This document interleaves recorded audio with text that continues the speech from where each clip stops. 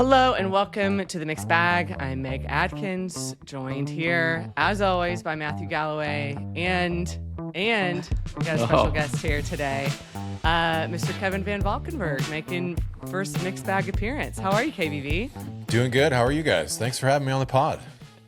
AJ Hawk's coming off the bench for the get in the game here on the Mixed Bag. The end of season KVV tour, we figured he needed to get him in on the action over here. So, love it. Hell yeah. Listen, there's not a whole, we'll talk a little bit about the golf this week and whatnot, but not a whole lot more. So we will get straight into kind of what we wanted to do was review the season, and what better way to do that than kind of talk about, the good, the bad, everything in between. And it was kind of fun going back through the past however many 10 months or whatever it was, and looking through things of a weird and wacky, but there's some really fun moments too, some good stuff in there obviously, and we're gonna kind of go over all of it. So that's a game plan. Everybody good weekend, everybody surviving holiday stuff? Yeah, I mean, it was just kind of hectic. There's this like Christmas train thing where I took my kids on yesterday afternoon in the evening. It's just like pure pandemonium. Got my mother-in-law saying like, this is how kids get kidnapped. Like she was just kept on saying that over and over again. I'm like, well, do you just want us to leave? Like, what do you want us to do? We celebrated Christmas early in my house, so we cooked some prime nice. rib. We made some delicious potatoes and veggies and all that stuff, and then handed out Christmas presents. So Nice. it was a good hang from us too. So you had to be like ready early with some gifts. Early Yes, that is a preparation. stress when you have to get the gifts early, because usually like I go like right up to like December 22nd before I'm calling in all my gifts, but this time it was like it got to get weeks in advance. My wife and I decided no gifts for each other this year. We went to a concert in Nashville at the Ryman. Got to see Mr. Jason Isbell at the Ryman this year for the first time. Oh, man. That's a great That gift. was super fun. So that was like our mutual gift to each other, but the kids got their usual haul and stuff. So. Yeah. We had a My very wife's funny, pulling that one on me. My wife's pulling the no gifts to each other thing. Like I feel like it's a trap. Like I don't know. If yes, I'm gonna get very caught. much felt like way. We had to like pinky swear that we would not violate it. That we did have a very funny, like, that meme of the guy who opens the shirt and it's the same shirt that he's wearing. Yes. Thing. My wife had like she likes like this leisure wear outfit, and it's like kind of like a burgundy like wine color. And my daughter got her that exact thing like from Target. And she pulled it out, and she was wearing the same thing. So we had her hold up and kind of recreate the meme. Is it So what there I'm you go. wearing? Is it what I'm wearing right now? It looks very much like Burgundy that. Yeah. uh-huh. hoodie. So yeah. Good taste there. Good taste there by her. I did what all responsible parents do with 4 kids in December. We went to Vegas this past weekend for 36 hours door to door. That like a last minute invite to Wow. the Sphere to see Zach Brown Band by my sister and brother-in-law. Very They fun. live in Phoenix. We don't get to see them that often. We never do this stuff. My husband turned 40 a couple of weeks ago, so kind of rolled it into that, but like just paying for it in all the ways. Playing hurt like- today, man. I love You took it. a full swing. You took a full swing this No, weekend. Megan? I didn't. I mean, I take like even like medium swings. I pay for it these days. Yeah. So it wasn't like, wild and out till it's, the sun comes up or anything like that. It was just like door to door, go, go, go. But the show was, the Sphere is incredible. As advertised. I feel like I'm ruined for concert venues. Like the next one I go to, I'm going to be like, well, it's not the Sphere. or Jason Isbell at the Ryman. Yeah. So, yeah, just fully in catch-up mode and trying to make all the magic happen in the next 10 days. So, give me all the T's So and you're P's. trying to tell me you weren't like watching every bit of mountains of coverage for the Grant Thornton alternate shot portion on Saturday. I was not. I was taking in the sights of the strange, weird, bizarre sights of the Strip on a Saturday in December in Vegas. Man. Yeah. But yeah, good professional segue there, Matthew, to Grant Thornton. Let's go just real quick. LC and Andrew Novak are your winners by 3. Super happy. I know it's, silly season, but I'm pumped for LC to get back in the winner's circle. And some good, seemed like real chemistry between those two. I I cannot believe it's her biggest paycheck of her career. That's awesome for her. Unreal. It is I know. really great for her. And not having like the greatest year from what happened the year before. So having the old Christmas bonus there is pretty nice. Good old Christmas bonus. Puts a nice, whipped cream on a not awesome season, as they say. So I'm excited for us. Texted her a little bit last night because she's one of the few LPGA players in my phone, and just told her I was very, very excited for her and stuff. She was very, very pumped too. It was great. How many feel good. LPGA players do you have on your phone, KBB? I'm very curious. So you got like 3? Lydia Maybe Ko, 2. LC. Yeah. It's not on like a big Rolodex. Look, if you're an LPGA player out there and you want to, dish me the inside gossip, reach out. I'll happily just hit me with your phone. I won't overuse it, just for various mixed bag intel. We'll put your digits in the show notes, so it's wide open for you there. But yeah, I don't really have many takeaways from Grant Thornton. I'm glad this event exists. Do I wish there was more of it? Do I wish there was more? It was more serious and we got a better caliber of players, a different time of year. Yeah, but we'll take what we can get with where pro golf is and where the men's tour, what they prioritize. And happy that, someone like LC can play in this, play well with Andrew Novak and get a nice big paycheck. So I don't know. I don't think we don't need to break down and how did you change to Grant Thornton and all that, but that's kind of where I stand. I like that format they do the last day where the guys play off the ladies' tee shots and they flip the tee shots. It kind of puts them all in a different perspective and places on the golf course they aren't usually are.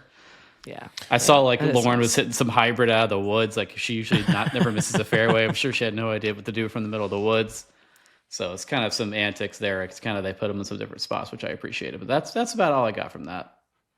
Yeah, I mean, I don't have too much to add. I just, it would be really fun to see this in the Olympics if it was an Olympic format, and if it could come down to match play. I mean, imagine how exciting that would be to see Scotty and Nelly playing on the same team. Against, I just pick a sort of awesome, Korean group of guys, and women. That would be super, super fun.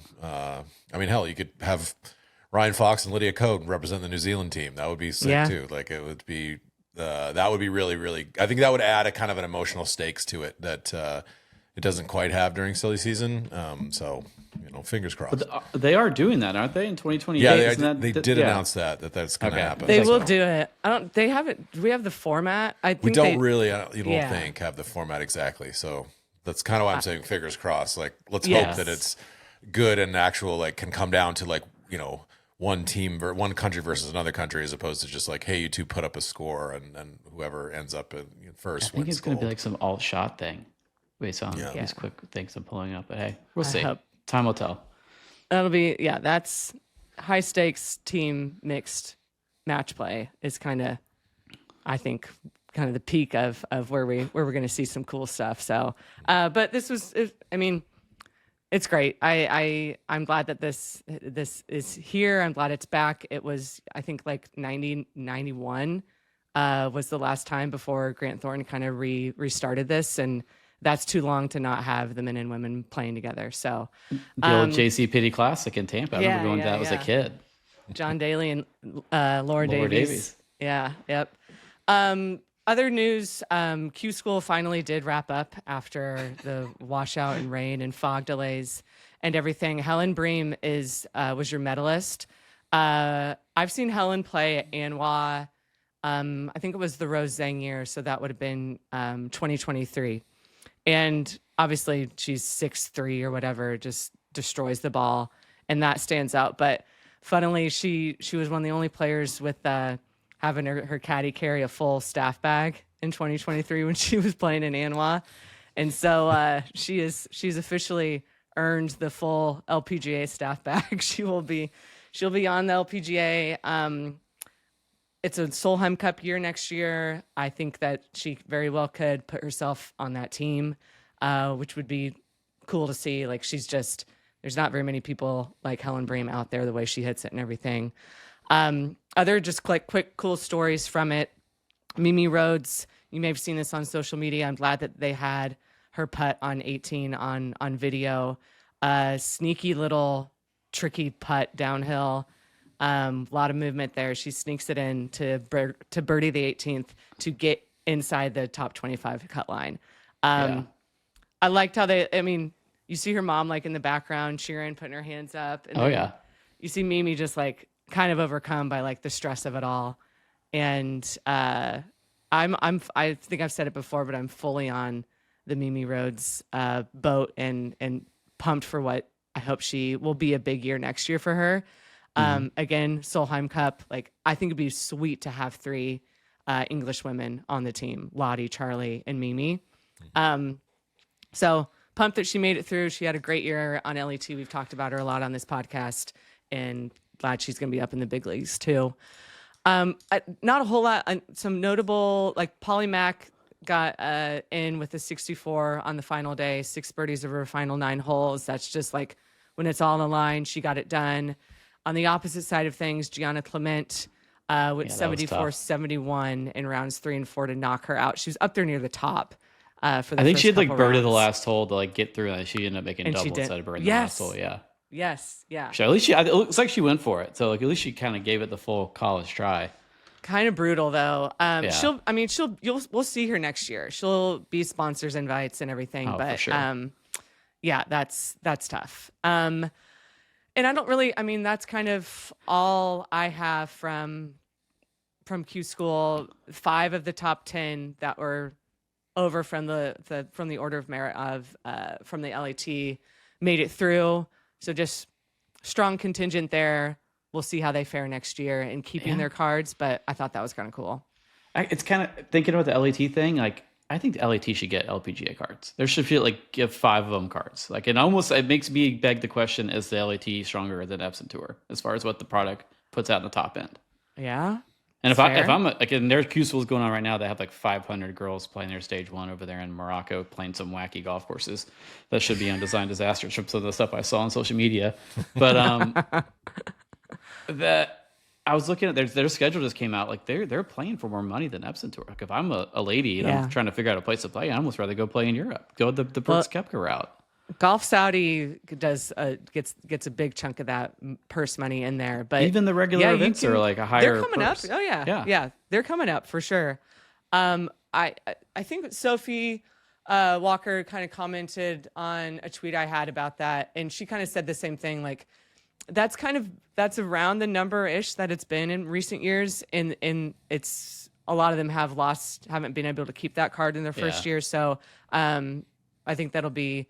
You got to kind of, there's not very many opportunities early part of the season. Like you got to make the most of it with a handful of starts, and then try and get into some stuff later in the season to keep the momentum going. Otherwise, you're just kind of waffling on the outside with it. So without a paddle. Yeah. Anything else from Q School, Matthew? I got to put my hand up. I was kind of slashed in the lack of coverage from like the tour and all the other tours. And I think towards the end of the week, they started putting out more stuff and more videos. There's a great video of Leah John from Canada. She had a very emotional kind of like reaction to her getting through, hugging and crying with her coaches. It was kind of like a good video. So they kind of put out some more social stuff throughout the week. I kind of felt, I was like, I was wrong on that a little bit. But, seeing Mimi make that putt, that was a big putt to see her make. Like, I watched the coverage from the men's Q School this weekend. I wish they just got to throw a static camera out there or something, or get a little better, maybe a live streaming on IG or something. But it's fun to watch that kind of stuff as a sicko. Yeah, we'll see. Maybe there's more down the road. We'll see. It's. I wish there was more pre-tournament. Like I'm glad that they stepped it up while it was going on, but I wish there was some more build-up kind of pre-tournament, which I think was kind of Ryan's point and a large part of his point kind of in what he wrote. But is what it is. Q School is wrapped up. Congrats to everybody who made it through. Not much else news and notes. It's just quiet season right now, but everyone should go read Gabby Herzig's Charlie Hole profile that came out via The Athletic. Yeah. It's nice to have not a superficial kind of look at Charlie, and it goes much deeper in some really great kind of tidbits and things I wasn't even aware of too, from her family life and everything. Gabby was over there in person, and I like a long form. I like a deep dive into the character and the person that is Charlie Hull. So that's my reading assignment that you're getting from me for the week is go check that out. Yes. Yeah, she went through a lot to do that divorce deal, and that was kind of something that not a lot of people really knew about. I'm kind of glad that Gabby was able to expound on that and write about that. I don't really want to air people's romance libraries out there from stuff I've heard, but it wasn't a good situation from what I understand. Yeah, and to Charlie, she just powered through it and kept playing the great golf that she plays. I don't know how, but as we've said many times, she is built different than most of the rest of us. So great read there though from Gabby. That is about it in all. Let's get into what we want to do today, kind of wrapping up the season and giving out some awards and everything. But first, our sponsor today is the hottest club in town, Friday Golf Club. If you are scrambling for a gift, if you don't know what to get to the golfer in your life, can't recommend FEGC as much as I can, because I've been really impressed. And I feel like I can say this because I'm not in the weeds kind of with a lot of the enhancements and developments that have come to FEGC in the past few months. But I've been super impressed with how we've grown and expanded the club, from the forum, where you can kind of interact with other members, active community and commentary from a number of different topics. It's a good thing. It's a good thing when I'm like always catching up on the comments and I don't look at it for a day, and then I'm scrolling through trying to catch up on who was talking about what we posted in there, what's getting some traction. Outside of the forum, you get a lot of other things with Friday Golf Club: early access to events, a discount to the shop for every day of the year. So many more things. The virtual hangouts. I think we're doing our last one of the year here soon, kind of with the architecture group, talking about what they saw this year and what they're looking forward to seeing next year, what's coming down from the golf course development side of things. Yeah, Matthew, you remembered before you started doing this pod. Yeah, I'm a Friday Club supporter, member, whatever you want to call it. I appreciate that, as Meg said, the discussion board, that it's very civil still for the moment, so everyone kind of gets along and there's no mudslinging in the forums yet. So that's the good news. It's very, you ask some questions for the yoke with doke, that kind of thing. I threw a couple questions in there. So it's a good little civil discourse, and you learn a lot about architecture from the chocolate drops. There's a lot of information that you can't find anywhere else, pretty much. Yeah, and more on the horizon too. So get in there. It's Friday Golf Club /membership to check it out. It's $120 for the year. And there's more to come. We're not kind of just resting on our laurels for next year. We've got more in the plans, and Friday Golf Club, it's hot in there. Like Brendan said, I think they got the fire department in there to up the capacity, and we're letting more people in. So it's growing and it's fun in there. All right, let's get to it. The season was the season. It was strange. I couldn't believe how much you sold it, Meg. You just sold it right out the door there. You got this. I know, man. When they wrote the history book for the 2025 LPGA season, the season was the season. That's it. The season Not was an endorsement. The season. No, I was looking back through like our notes for this pod, Matthew, and then scrolling through Twitter, and like you, it's crazy how like quickly you forget some things. But it's like as the streak got like stranger and stranger, it was like that was like the first topic of so many pods in a row. Like, and Gina, like we'll get to it, like how it kept extending and extending. There were some wacky things going on during that, but there was some really cool stuff. All right. There were some really good stories. There were some fantastic performances. We're going to kind of break this down through a number of categories that we kind of each selected. I don't know what you guys picked. You don't know what I picked. So it'll kind of be fun to see what everybody's got in mind for these topics, but let's get straight to it.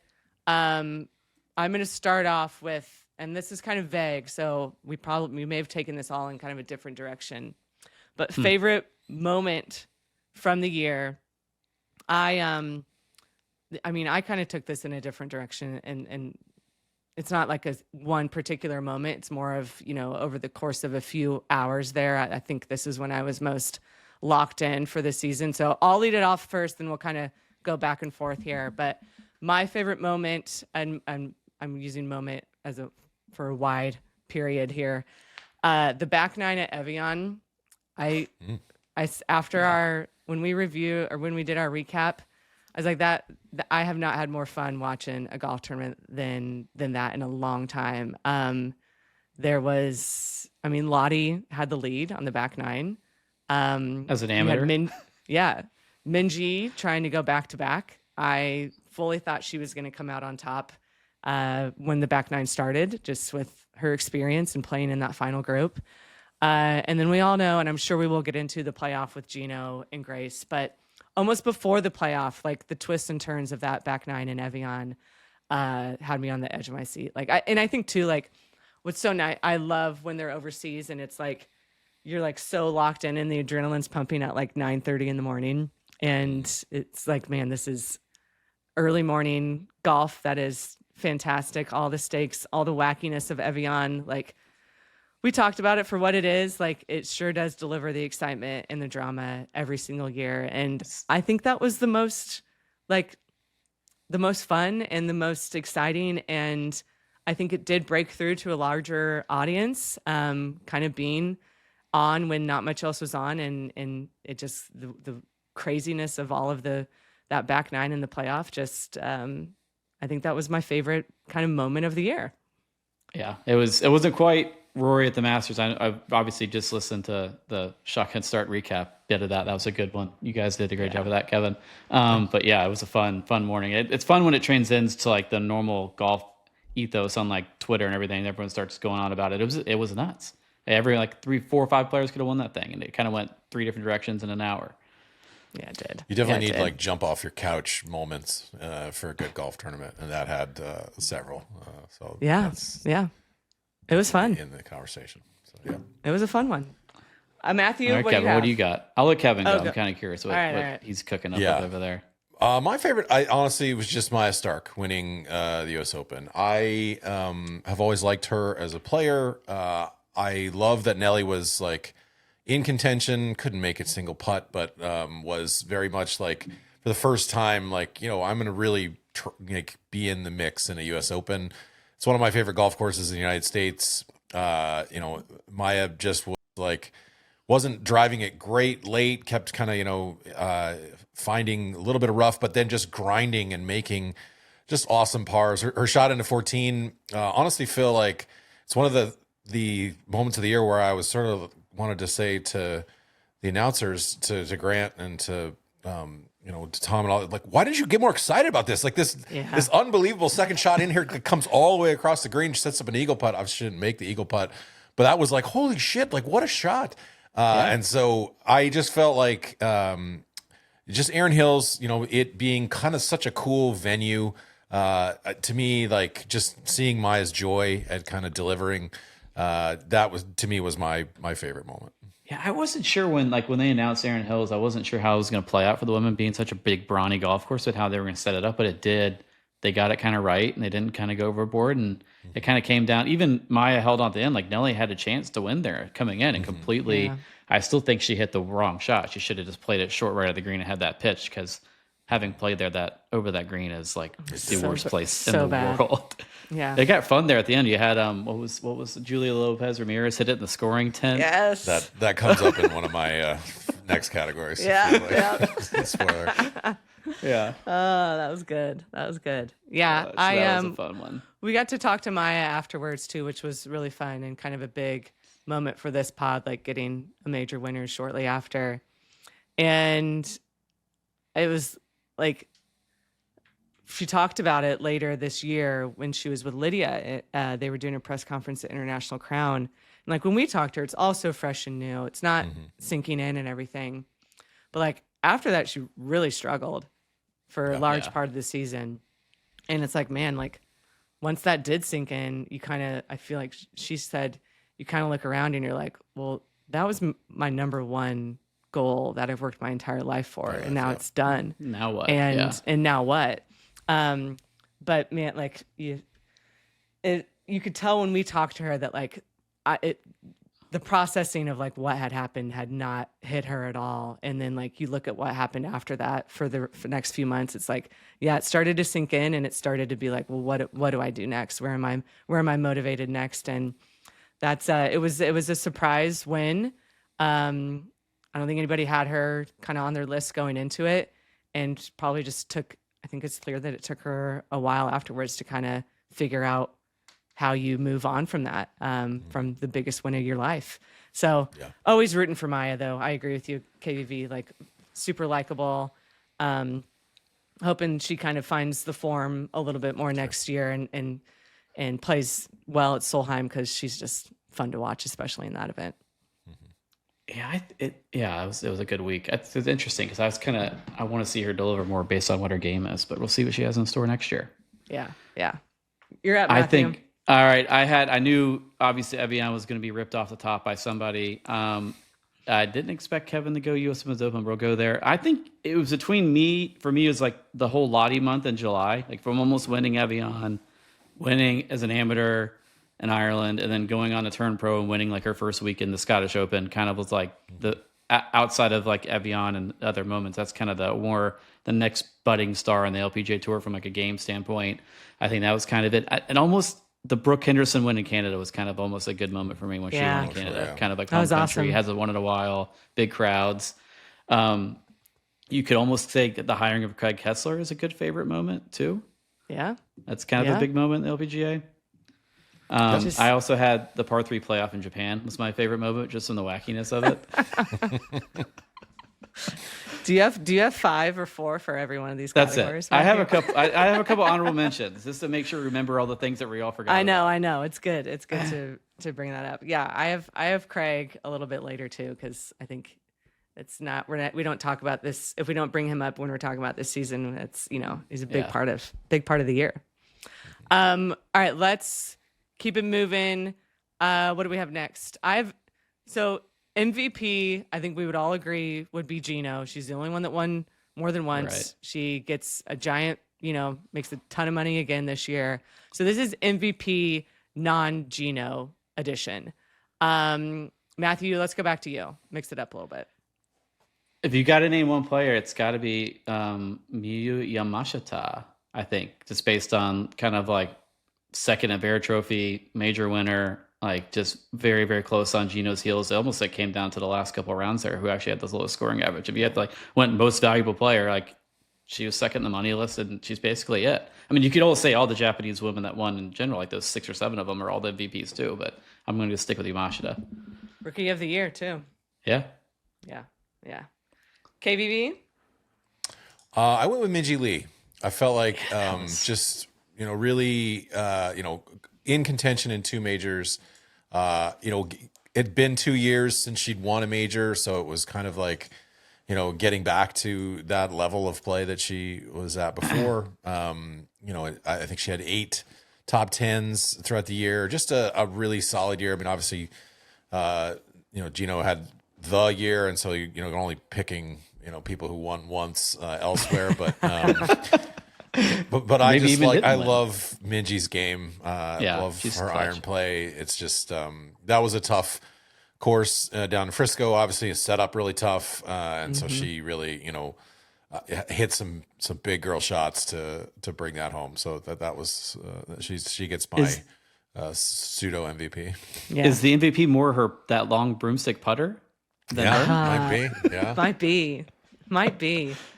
God, what a move! I wonder how many players bring out a broomstick next year. I feel like it's going to be like a 5x thing. You see, I mean, Yalimi and Minji. Look at their years. Made it. Yeah. That was what completely flipped her game. I know Michelle's messing with one. Is she? Oh, she's she's in the experimenting phase right now. She's like texting me and Marina with like all these putting videos. I'm like, get me out of here. That's amazing. Maybe I should mess with the broomstick. I don't know. We probably all should. I should absolutely not have a blade putter in my bag. That's insane behavior by me. I went with Lottie. Okay. It could maybe be more of like breakthrough season. But to your point, Matthew, that like 3 weeks month period was Lottie Mania. And I know she only won once on from the Scottish, but you could count it as 2 for her Irish Open win too. I like that jump from, I think it was what I have here. She went from like it was almost over 200 ranking points in a month. Yeah. She jumped up with that. And talking about Evian, like she very easily, like she missed some down that stretch. She was missed that putt in the last hole. visibly mad and frustrated with herself for not getting one more.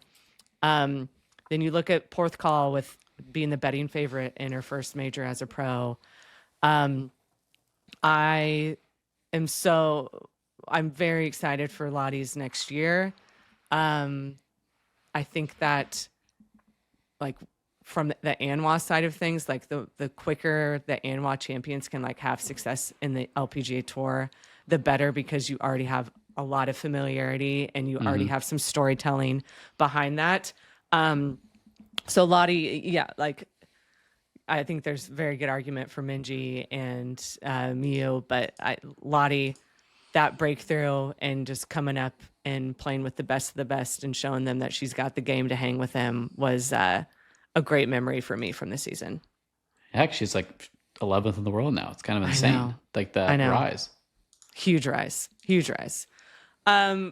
My non-player, I'll give another honorable mention, but Craig, I had him in case my other players got picked as non-player, but kind of an MVP of the year for all that he did. Yeah, so fair. probably won't be the last time we mention Craig. Okay, let's go to best shot. This may be unanimous. Yeah, I have a couple of backups because I know what the best shot is going to be. All right. KVV, you haven't gone first yet, so you lead us off. Well, I mean, it's either one of Grace Kim's shots at Evian, right? It's the shot into 18, make the eagle, or the chip in after going into the hazard in the playoff. Like, I think you could pick either one of those and not go wrong. It's literally I do have a backup just in case. I think the second shot into the par 5 is better than the pitch in. Although the pitch in's electric, so good. as far as like a quality golf shot, like that second shot was proper. It's like 190 downhill lie. Like you have to get, you have to make eagle. Yeah. Those are my two. The chip in and that second. Here's what I will say. My runner-up, and I don't think anyone else would have picked this because it ended up not paying off at all. In fact, kind of a disaster. But the 5-wood that Ronnie Yin hit into the 18 at Chevron that basically just cleared the hazard and then rolled out to like 6 feet. And then, so it's like she's an eagle to win the whole thing out of nowhere. Like Arya kind of gagged it. And then she 3-putts to miss, to end up in the playoff and doesn't, Mao wins the playoff. But in that moment, I was like, holy crap, like that is a golf shot. Like just enough cover. No one else was able to basically get it on that green. They're all kind of hitting it over with their second shots up against and having that kind of difficult chip back towards the water. And Ronnie just stepped up and just hit like a 2-yard cover maybe and rolls out. It just that's obviously a difficult putt, but that and she did not do a great job of just keeping it around the hole. But man, that was an unbelievable shot in the moment. It was nails, and if she makes that putt, if we have a different story than what we have, like think of how her season could have played out, because she kind of didn't do a whole lot after that. She had a long break in between, I think, Porthcawl, and I don't think she played again until like Asian Swing maybe. So she took some serious time off. Like, man, it's we all know it's a game of small margins, and that's a great callback. You go, Matthew. You want to go next? All right. I think I didn't really go with the shot because I knew Grace Kim was going to get picked. So I was like, or one of us is going to discuss it, or it's going to be discussed. It's a very obvious winner, just like Gino being MVP. I had Minji's third round as a whole in the KPMG. Oh my gosh. For like her to shoot 69 when the scoring average was like 76 and just completely no bogeys, just dusted everybody and cemented everything Kevin said earlier about how valuable she is as a player. Just like that's Minji as a core right there, that round she put it together. And that's kind of like that's her as a whole, I think, define the whole year for her. Round of the year? Yeah, probably. If you look at a whole round. So. Yeah. In terms of difficulty, I mean, like Gino shooting 63 at whatever, that place is a pitch and putt down there in Naples. Yeah. So that was a proper round of golf. I've got one more on my list to consider. Yani Zhang's putt to win in Taiwan. Like, just everything that she's been through to roll in a putt there, to come back climb all the way back from the deepest of depths. That was left-handed. I just love that. Left-handed. Yeah. I just loved that little story. It was so unexpected. And then you're like, wait, Yanni's going to win. I don't know. Maybe we see a lot more of her next year, but I thought that was just kind of a little fun one to throw in. Not saying that is up there with what Grace did, but another kind of little fun one there. Yeah. My joke of a one was all the hole-in-ones that weren't recorded on camera. Oh my God. Because there's always like 5 or 6 hole-in-ones from each week that like never get shown because like they don't have a camera out there or something's like the coverage is missing. Leona's, so maybe FN will fix that next year. Leona's was that Evian, right? That they missed Somewhere. I remember you going off about that on Twitter. I was not. Yeah. Speaking of, when I was looking back, Chevron, Jan Liu had an albatross there, like probably bigger deer than a hole-in-one. No video. Yeah. Yeah, I'd forgotten about that.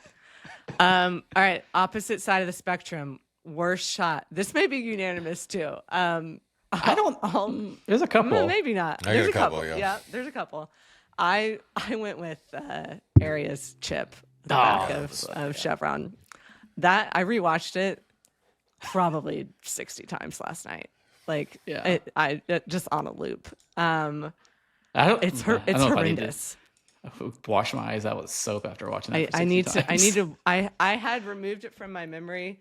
I allowed it to be brought back in, and I think it's going to live there for a while.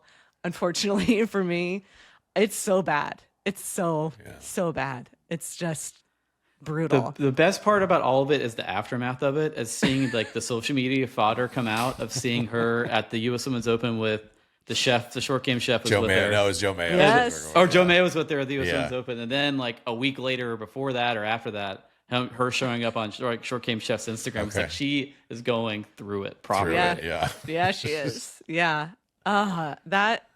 It was like, I cannot believe what I'm seeing at Chevron right now. And then it just got weirder from there. But that kind of kicked off the insanity over there.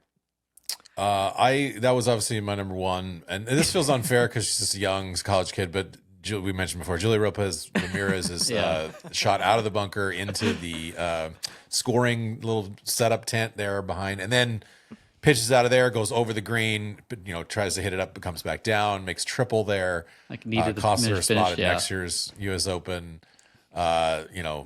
As Bones was pointing out on the broadcast there, Matthew, like caddy needs to just get her to slow down in that moment. Maybe don't rush up and hit that chip like right away. The supermodel caddy. Yeah, remember she had played so well whoa, during her that. caddy. It was like her college coach, wasn't it? Right? Yeah. That made the but just she played so well like throughout that. She's bombing it, has an unbelievable swing.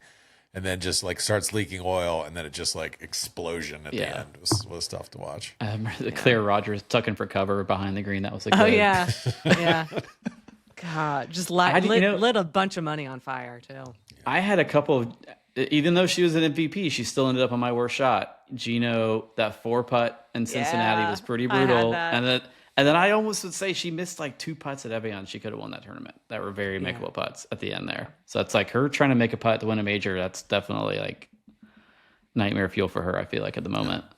The 4-putt was my second choice there. That was insane. All right, let's keep the negativity going. Most disappointing player. Matthew, you go. My most disappointing player were the greens in China.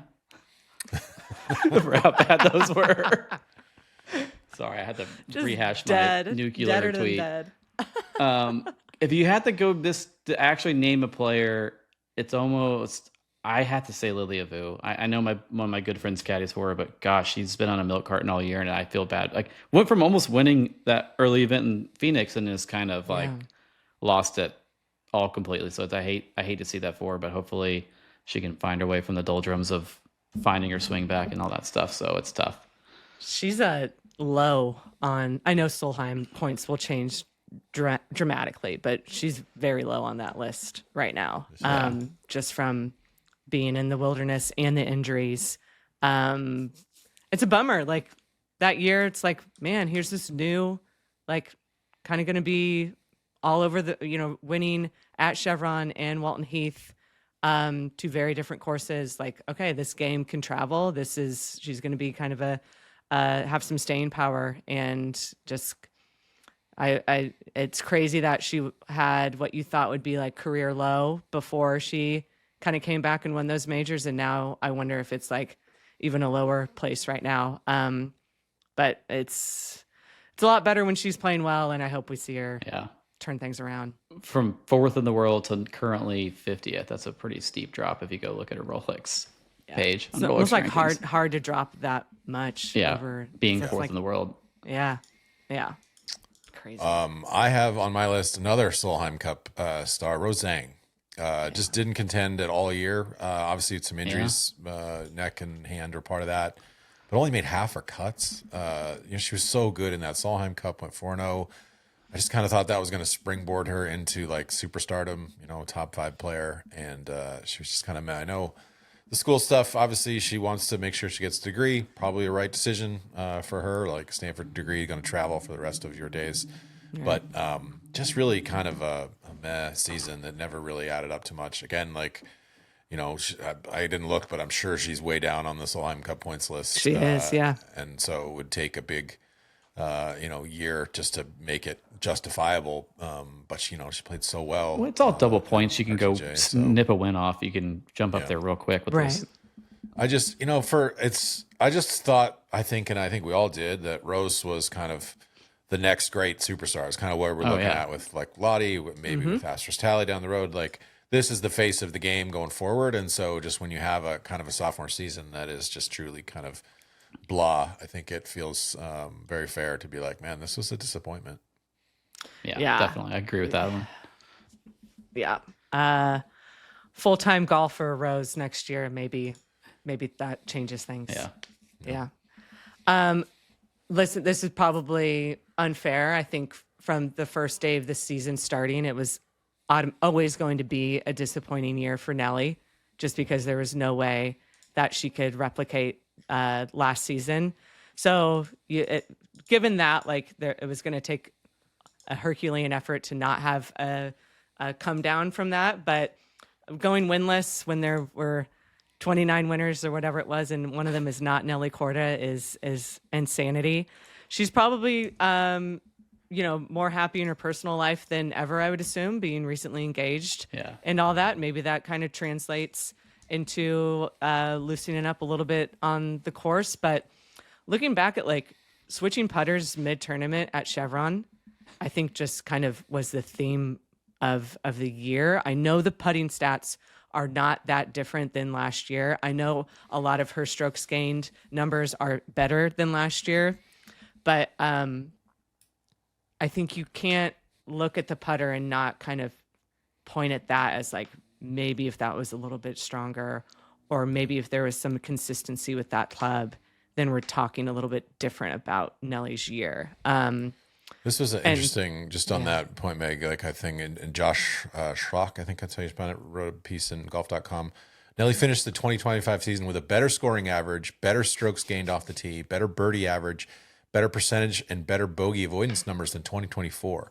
Her approach play was almost even, and her putting numbers were better. Her round the green numbers were the only ones that significantly fell off, going from 0.42 strokes gained to 0.13. Her par 4 scoring average was the same, and her par 5 scoring average was a tick worse, 4.55 down from 4.50, but she still led the LPGA in that category. It just shows you like winning is kind of like almost one of the things you can't control, right? Like sometimes people are just going to play better, and you still played really good. It doesn't mean you were worse, but I think like kind of a victim of her own success. That's why I was looking through it, and I was like, man, I thought name the initially, number 2 player in the world could disappoint you. Yeah, I know. I thought initially like, yeah. Nelly's my most disappointing, and then I was like, well, in some ways, like, is that fair if you're a victim of your own success? But that's kind of what the game needs, right? Is like someone who's like at that LeBron type standard of like, hey, I'm only competing against my own ghost here in that sense. So all those stats though, there's no stat for like, strokes gained, putts made when they actually mattered and like to actually win. And I don't think she made any of those this year when actually had a chance to come back or like at Aaron Hills. Derail. Like, I mean, she missed so many like 10-footers at Erin Yeah. Hills. Like she hit great shots there, and it was just like she could not buy a putt, and No. or she could have won. And then for her track record at U.S. Opens, like how many chances are you going to get at U.S. Opens? Like it's not suited to her game, so it's like might look back at that one and be like, damn, like that was my best shot at this true like gem of the game. You really think the U.S. Women's Open is not suited for her game, Kevin? I mean, I think historically it hasn't been, Yeah, right? Like, true. I don't know that like you can say that any course is really not suited for her game, but like it's in her head a lot. It's like obviously been the one major where she had just worked herself into a mental pretzel over, and you could see that in the interview afterwards where she was like, this tournament has obviously like been kind of, vexing to me. And so it feels really good to like at least have my highest finish ever. But I know like I still have to kind of have some work to do in this. So. Yeah, here I am. Probably unfair to put her in the disappointing category. Yeah, but it's worth saying. I think if you asked Nelly, she would agree that she was disappointed in her year. So who knows? Maybe we're talking about I hope we're talking about this time next year another multi-win year for Nelly. We need it. LPGA needs her in the winner's circle, plain and simple. Mm-hmm. Yeah, some Gino Nelly duels will be pretty good coming down the stretch if you actually got them at the right time. Would love that. Would love that. All right, I think that is it for like the categories from this year. We're going to do like a quick little preview of next year, but like any other lasting thoughts from the year? We've kind of talked about it so much with the streak and everything, but like doing this exercise, I was like, man, there's like a lot to be excited about for next year, off the course too, which is a first. We haven't had like off the course confidence and excitement in a while, but looking back through notes and everything, it was just like, man, there's what a wild year. But I think Minji kind of stands out as my like best performance, kind of showing that she's a step above when it's super difficult out there. Lottie, like we've kind of touched on it all, but any other kind of lasting thoughts from the season from you guys? Yeah, looking forward to 2026, like, we talked about at the top of the show, can Lauren Coughlin like reemerge as a top 10 player? She was, last year a good putter for the first time in her career. I think she was gaining like 0.6 strokes in putting, and then lost strokes this year. I think it was down to 0.27. So like, will the Thornton, thing kind of, feel like you're at a good place financially, you have like a just chance to kind of reset next year. I mean, like legitimately like great ball striker, great player in the Solheim Cup, really consistent driver of the golf ball. Like she shouldn't be like 50th in the world, and that's, I think, what she sort of dropped down to from the 40s this year. Will she kind of reemerge as that kind of player? I agree. It's funny. It's funny you look at that Solheim Cup team. There's a couple of ladies have kind of fallen off a little bit from their clip, like Sarah Schmezel and a couple of others. But then again, it's a Solheim Cup year. It's kind of always interesting to see who's going to step up and be those top American players. That's the big argument you see online from like these naysayers of the LPGA. They're like, "Why are there no great American players?" And it's like, why does there have to be all these great American players? Like these other ladies are really good at golf too. Just because they're not from America doesn't mean like the LPGA tour is not worth watching, which makes me want to like to strangle people sometimes. But yeah, so be kind of curious who that next. Nelly's obviously the American bar right now. Like who's going to be the next kind of American that pushes her and can challenge her from that kind of standpoint. It's always kind of curious to think of who that might be. So we'll see next year with Solheim Cup and all that stuff. It'll be fun. Solheim Cup year. It's always fun to see who makes that team, and it'll be an interesting golf course in Netherlands. I'm kind of excited about that. Looking at next year, and this year, it's weird with the streak thing. It was fun going off of it and making fun of it, and everyone was very much dogging it. But it shows the strength of the tour. But it kind of goes to show maybe the tour needs to sit down and really think about how they set up their golf course as a tournament some way. I think it's that's kind of one of the storylines I've kind of come out of it, because I keep on thinking about it. Me and Beth Ann talked about it for like 2 hours at Pelican, talking about golf course setup, and I still can't figure out what the answer is. Just the idea that it's so like random that's why that the true strengths of certain players aren't allowed to come out because of the the setup in that sense? I think they kind of play to the middle. middle. So it's so hard with the distance dispersion between the longest and shortest hitters. They kind of just play to the middle, and they don't make things hard enough to let those better players shine. Like the Minjis and the Nellies, like when they can really get going, they're really good. Gino and all these top players, it kind of lets all these other players they're all great players. None of them are bad by any means, but I'm not saying any of these ladies that won shouldn't have won, but I'd be curious to see how it develops and kind of if they can kind of find a way to kind of maybe present a different golf tournament sometimes. But yeah, it's another nitpicky thing. But I've been wondering a couple of years, Matthew, you think like, is the speed sort of revolution coming to the women's game? Like the Helen Bream kind of made people talk a little bit about that. And, you know, my daughter played in a junior tournament. She's 13 and she played with an 11-year-old who was hitting it like 245. And, you know, I was like, oh my God, like what in the world? And I just kind of wonder if that, what obviously overtook the men's game is coming for the women's. You know, it seems like it was always like, oh, the women play, you know, proper golf. The women play, you know, the way that everyone should sort of play or whatever. But, you know, when you see like 11-year-olds who are just absolutely ripping it, you kind of can't help but wonder, like, are we just 20 years behind in the women's game for that revolution? And like, is Helen Bream going to be sort of like a harbinger of that, you know, to come, of like tall women who can just, who, if we have 20 Nelly Cordas on tour in 5-10 years, as opposed to one. That was kind of like, it brings me back to Anne Van Dam when she came out a couple of years back when I was around. Like she was kind of that, she was how basically Helen Bream, like she could swing it 110, which is basically how fast I swing it, which is slow, but from a men's standard. But it's also very quick. For like it's the fastest woman around. So like I think I meant to joke when we're doing Q School recap. I feel like the Helen Bream thing is going to be kind of catnip carnival next year with like trotting that stuff out with her hitting driver everywhere.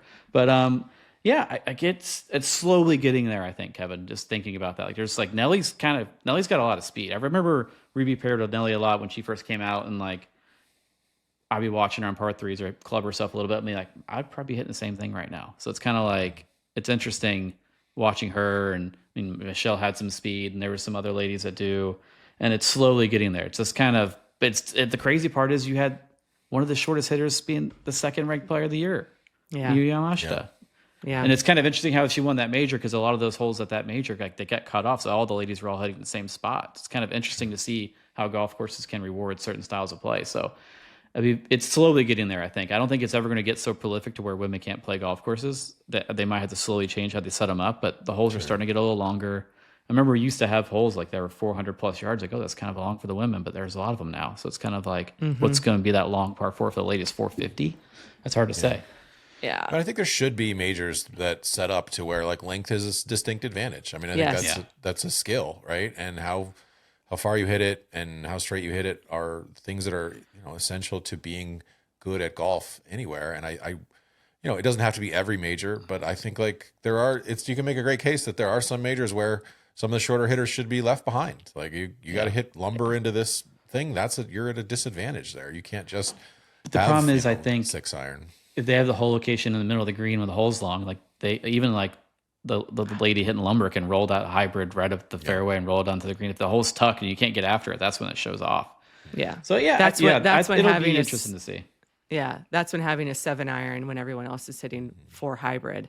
If you tuck the pin, player with the 7-iron is going to be able to get after that more than somebody with longer club. And that's but, you know, I mean, Frisco was like set up pretty hard, and some of the women were very upset about it. Oh, we shouldn't be like embarrassing, you know, people in our game. Well, you know, that's not embarrassing. Stacey Lewis, like, don't embarrass us line. Yeah, Gosh, I mean, drives me nuts. It's. I was going to bring up Frisco, Kevin, because when we talked to Austin Kim, she, you know, said that it's rare where my length is truly tested and stretched out to where like it fits how far I hit it. So she was talking about like some of the things she liked about Frisco because she just doesn't see that for her game to let her biggest strength shine. So you look at an Austin Kim, a Helen Bream, a Julia Lopez Ramirez, you know, we'll probably next year be rattling off 3 or 4 more like that. And that's kind of slowly how it grows and grows to where there's 10 people, 15 people driving it further than Nelly Corda instead of 3 or whatever it is today. So yeah, I think that's something to watch for next year for sure. Just kind of how those big hitters, what they do. with the venues that we have available for the LPGA. A couple of we'll wrap up with a couple other quick storylines. I think number one storyline, as it was this year, is going to be Gino at majors. Yeah. That'll kind of be a continuing dialogue. One fun one that I just cannot wait to kind of watch and dig into and see what happens is Lexi Thompson at Solheim. Is it going to happen? Is she going to be there? That's true. It's way too much fun for me. I'm just going to be loving it the whole time. So. I honestly think I think she's going to make the team. I think she's going to be a captain's pick. It's going to be coming down to a bunch of women that are like a bunch of rookies, and I think she's going to get picked. I think that's where it stands right now. Or someone from RTJ who is out of form, whether that's maybe a Lilia or a Sarah or a LC. And if they're playing similar-ish to Alexi, or Lexi's, even a little bit, her form's a little bit less than, I think you probably go with Alexi for the experience side of things. So just sign me up for all of that. Why did Lexi have to announce her retirement, whatever? Why not just kind of keep playing and just was it just wanted to have the sort of send off retirement tour, wanted to mentally put that behind her? If you're just going to keep playing, 10 events a year, why even bother with the retirement announcement? How long do you have, Kevin? To revisit this. What I keep going back to, Kevin, is being at it was Lancaster, when all that came out. Yeah. The USGA didn't really know what was coming. The LPGA didn't really know what was coming, and they kind of stepped on each other's toes with the announcement. Okay. So if you look at just the team around her, and I've said this before, for a player like Lexi and all that she has done, she has done so much. To have that kind of botched rollout. Yeah. And it's the rollout was botched, and how she worded things and went about it was botched too. And here we are, 2 years later or whatever, still going on about it. So, yeah. Didn't she claim to? How many events do you think she plays next year? 10? 10? She'll play at least 10, yeah. She's got to make the minimum events to get her money from all those sponsors. So she's got Yeah.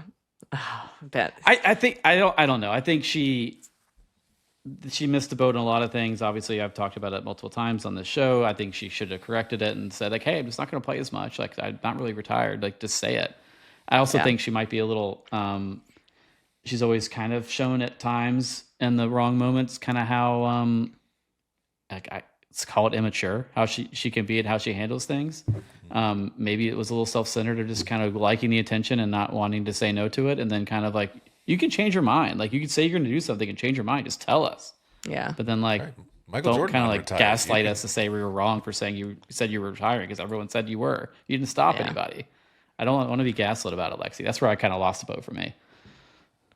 Strange from the jump. And we'll continue. Yeah. So a retiree at Solheim over in Netherlands. Watch out. I mean, you had a semi-retiree at Suzanne Pedersen make the winning putt. I know. She was not playing golf at all. That was a crazy pick. Look how well that turned out. Yeah. I think, that's, going to be the one, a big circle around that for next year for me. I think I'm also interested to see just how does this Japanese kind of domination continue. There's a couple other players, I think 3 made it through Q School. That's where Yamashita was last year, at the top of at the top of Q School. Does that continue? Do we see a drop off? They are just so deep. And Solheim will have a new venue for Chevron. We'll be at Riv for the U.S. Women's Open, Hazeltine for KPMG, just going through the majors here, Evian, obviously, and then the Open at Lytham St. Anne's. Combine that with being a Solheim Cup year, plenty big year to get excited about, some cool places that we're going to go to. I think I've got Lytham St. Anne's as kind of my number one there in terms of majors, just to see how the women do there. I think there's still a lot of similarities to Lytham and St. Anne's as there was to Porthcawl. Just kind of the men can't go there and they've outgrown it. Not course type, but just could fit the women where it doesn't fit the men. And you just look at how successful Porthcawl was and how cool it was to play a course like that was so well suited for the women's game. I think we'll get a little bit of that Lytham's with a great women's venue. I think it's kind of curious to see, like, that's where Georgia Hall won that women's open years ago, and kind of curious to see where she's at with her game, because she's kind of been on a milk carton too. She could have been on that disappointing player list as well. What about you guys? Like other things you're looking forward to next year? We can the Chevron close move. the circle there. The Chevron move, yeah. It's the RIP Carlton. Well, it's the club. I was looking, Matthew, at our notes after Chevron and like things that need to change with it. I was like, well, number one's the venue, but that's not going to happen. Like, I think that those were literally our words, and it's like, well, it did. Yeah, okay, they did it. Let's go. All right. Hats off. I mean, I'm honestly shocked they pulled it off. I don't know. Like, they had to nuke some kind of contract with somebody. So I don't know what happened there. I don't know. I'm so glad, though.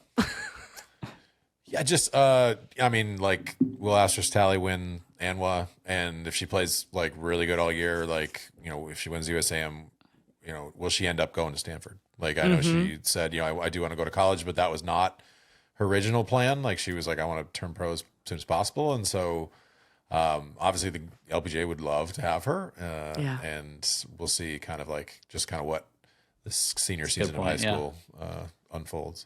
She'll be the storyline before ANWA. Absolutely. Just, is it her time to come out on top? God, that was fun, too. That eagle on one. We didn't even talk about that. Insane. God, that was a good shot. I forgot about it was that a very one. good shot. Very good shot. And that was could thinking- have been best thinking shot. Yeah. It'll be the new season before we know it. Solheim Cup years are kind of where I think so much of the women's game shines. I think you can look at like a LC or a Schmelzel, and if they're making for their goals for next year, like, will they kind of step up and get to a higher level with their game to, that's on their list of things they want to do next year. So just kind of, it may be a while away, but like once these early tournaments start coming, like keep an eye out for those players. They'll be looking to make moves and make an impact on Angela Stanford early on. So yeah, I think, we broke some records this year that I hope don't get broken again. And I'm the Gino thing will be kind of what takes over my mind for a lot of this like off season is that's kind of the big will storyline she, next year. can she, when she, what, like, when's it going to happen? When's it going to happen? Yeah. So You gotta say, if she doesn't win a major next year, it's like Becomes a someone's going to declare her dead. There are 5 of them. Yeah, There are 5. odds are in her favor. Odds are in her favor. Yeah. KVV, love this. Love getting your perspective. We know you're tuning in. Your daughter's a sicko. Got it DVR'd all the time. So she does. You've seen and obviously covered a lot of women's golf in your time. So really liked having your perspective and going into the memory bank a little bit here. Always fun. Gotcha. You bet. I'm excited to watch the year. We'll hopefully get out to a little bit of it here and there. We'll see. Absolutely. Yes, definitely. Absolutely. All right, guys. Thank you Yeah, both. thanks. We'll be back next week with kind of got guest in mind, and we'll mix it up a little bit next week. But we'll keep things interesting, hopefully, for you while there's not a whole lot of golf going on. We did not preview the PNC Championship. I'm so sorry about that. But my money is on the Longers because Bernhard needs a win. And it's a long time for old Bernhard to not have a win. But Dailies tune playing? in for that. 'Cause Seems like the dailies are always without Tiger being Little boy Drew's back in the mix. I think that could be this guy. Little boy Drew. Yep. But if you're desperate for some golf, that's what's available this week. So enjoy that. I'm sure we'll have some funny stuff to talk about next week. Thank you as always to Will Balsam for covering and editing and producing this for us. We appreciate his work, and we will be back next week. All right. Thank you. See you. Bye, guys. Thank you. Bye.